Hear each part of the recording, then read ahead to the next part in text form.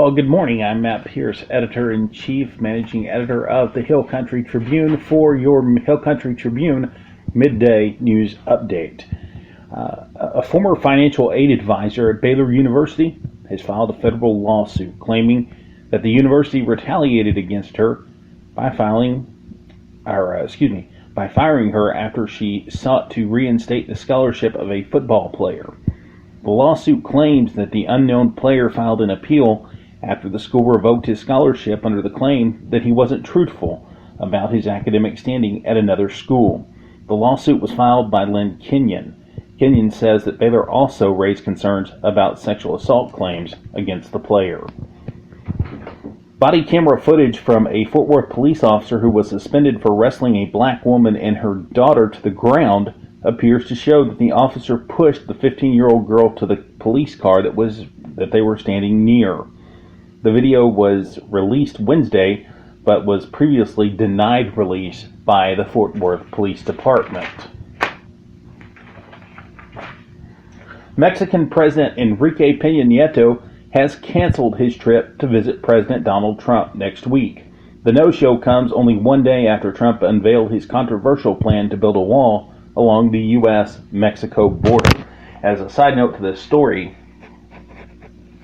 Mexico has been in some financial deterioration the past couple of years under Nieto's leadership, and it's been advised by the Mexican consulate here, or the Mexican embassy, that President Nieto's decision not to meet with President Donald Trump was not based off of the economic standing of his country. Lawyers for 43-year-old Terry Edwards asked the Supreme Court of the United States this morning to stop his planned execution for tonight in the fatal robbery and murder that happened more than 14 years ago of a Subway sandwich shop owner. The final appeal was based on the competency of a lawyer that was operating on his case earlier in the appeals process. Edwards' appeal was denied today by the SCOTUS, and he is set to die tonight a little after 6 p.m. He will be the second executed in Texas this year and the third nationwide. One person was killed in a plane crash south of San Antonio around 3:45 yesterday. A small Cirrus model plane took off from San Antonio International Airport and crashed near Stinson Field on the south side of San Antonio. The NTSB and the FAA are investigating. A woman pled guilty in El Paso federal court yesterday to helping people enter the United States illegally. This was part of a scheme that involved her husband, who was a supervisor with the U.S. Border Customs and Border Protection Agency.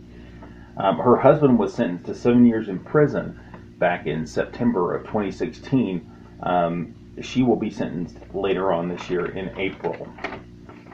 The U.S. Fish and Wildlife Service, if you can help with this, the U.S. Fish and Wildlife Service is seeking information on 253 blind Texas salamanders and 110 blind San Marcos salamanders that went missing on or around November 25th, 2016.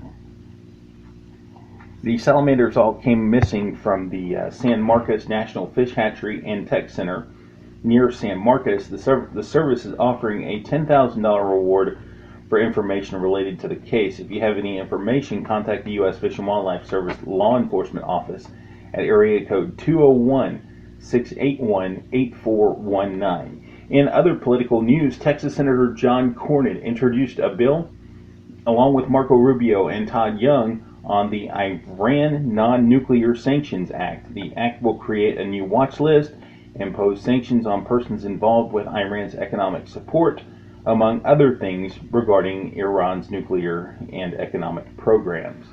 That is your afternoon, your midday update here at 11:13. Current time now is 11:13. Temperature outside a beautiful, clear 41 degrees. Our staff meteorologist Nathan Dill is telling us it's going to be a pretty nice day today. A really nice day on store, with high reaching about low 60s here in the Highland Lakes. So it looks like it's going to be pretty neat, pretty clean. Great day to get out. Winds are going to stay pretty calm, according to Nate. Looks like it's going to be a good day to get out. Slight chance of showers coming in over the weekend, but nothing to really go out and cancel your plans over. So I wanted to stop here. That's your midday update. I wanted to stop here for a little bit and introduce to you the Hill Country Tribune. For many of you, you've been listening to the Hill Country Tribune now for quite a while. You've been listening to our daily podcast, following us on Facebook, facebook.com at Hill Country Tribune. You can also find us on Twitter. We're really proud to announce that in the coming days, we're going to be launching a iPhone and Android app where you can see live broadcast of breaking news events here in the Highland Lakes. You can also follow us on the desktop app for Windows and Mac.